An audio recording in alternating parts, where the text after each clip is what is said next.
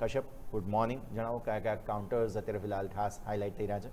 Good morning. Yes, જો આજ વાત કરીએ તો ઘણા બધા સ્ટોક છે જે આજે ફોકસમાં રહેશે. ઘણા બધા રિઝલ્ટ્સ પણ આવ્યા છે વીકેન્ડ્સમાં જે ખાસ એવા ફોકસમાં છે. જો આપણે પહેલાં વાત કરીએ તો ટાઇટનની, તો ટાઇટનના પ્રોફિટની વાત કરીએ તો 1267ના અંદાજા સામે 1699 કરોડનું પ્રોફિટ જોવા મળ્યું છે. જો એના રેવન્યુની વાત કરીએ તો રેવન્યુ પણ 19,700ના અંદાજા સામે 18,000નું જોવા મળ્યું છે. અહીંયા થોડોક ઘટાડો જોવા મળ્યો છે અંદાજા કારણ. પણ એબિડાની વાત કરીએ તો એબિડા 1980નું જે એબિડા એક્સપેક્ટેડ હતો એની જગ્યાએ 2564ના એબિડા જોવા મળ્યું છે. જો માર્જિનની વાત કરીએ તો માર્જિન 10%ના અંદાજે સામે 14.2%નું માર્જિન જોવા મળ્યું છે. તો અહીંયા ખાસો એવું ફોકસ હશે ટાઇટન ઉપર. જો એના પછી વાત કરીએ તો અનંતરાજ ઉપર, તો અનંતરાજમાં પણ નેટ પ્રોફિટ 126 કરોડથી વધીને 19% વધીને 150 કરોડનું રહ્યું છે. જો એની વાત કરીએ રેવન્યુની તો 592ના રેવન્યુ કરોડ વધીને 7% વધીને 631 કરોડના રહ્યા છે.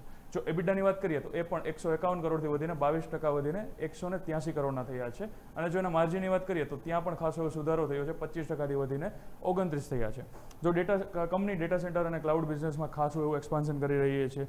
કંપની જે વિદેશમાં અને ક્લાઉડમાં એક સિંગાપુરમાં સબસિડી પણ શરૂ કરી છે. જો એના પછી વાત કરીએ, આ પણ શોખ ખાસો એવો ફોકસમાં રહેશે. એના પછી વાત કરીએ તો મારુતિ સુઝુકી, અહીંયા પણ સેલ્સના આંકડા આવ્યા છે. જો એની વાત કરીએ તો 24.22 લાખના કરોડના સેલ્સના આંકડા આવ્યા છે, જે અત્યારે ઉચ્ચતમ સ્તર પર છે. તો 4 બાયોગેસ પ્લાન્ટ જે મંજૂર થયા છે, જેમાં 561 કરોડની મંજૂરી મળી છે. જો આ પ્લાન્ટની વાત કરીએ તો આ ચારેય પ્લાન્ટથી 5 લાખ કરોડના નવા 5 લાખ યુનિટની ક્ષમતામાં વધારો થઈ રહ્યો છે. અને 7 નવી એસયુવી લોન્ચ કરવાનો કંપનીનો ટાર્ગેટ જોવા મળ્યો છે. તો આ પણ સ્ટોક ખાસો એવો ફોકસમાં રહેશે. જો એના પછી વાત કરીએ તો અતુલ ઓટોની, જો અતુલ ઓટોની વાત કરીએ તો એના નેટ પ્રોફિટની વાત કરીએ તો એ 2.95 કરોડથી વધીને 7.93 કરોડનો થયો છે. જો એના રેવન્યુની વાત કરીએ તો ત્યાં પણ 152 કરોડથી વધીને 43% વધીને 218 કરોડનો થયો છે.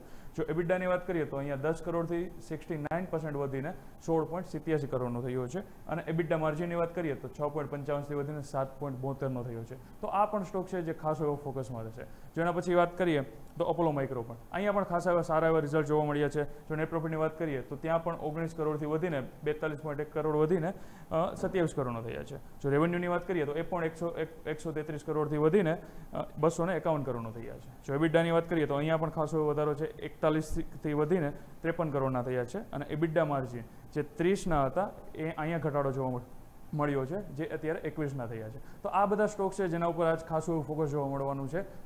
યસ, બિલકુલ. આ તમામ કાઉન્ટર્સ છે જેને ધ્યાન પર રાખીશું. આભાર કશ્યપ, આપનો અમારા સાથે જોડાવા માટેના ડિટેલ્સ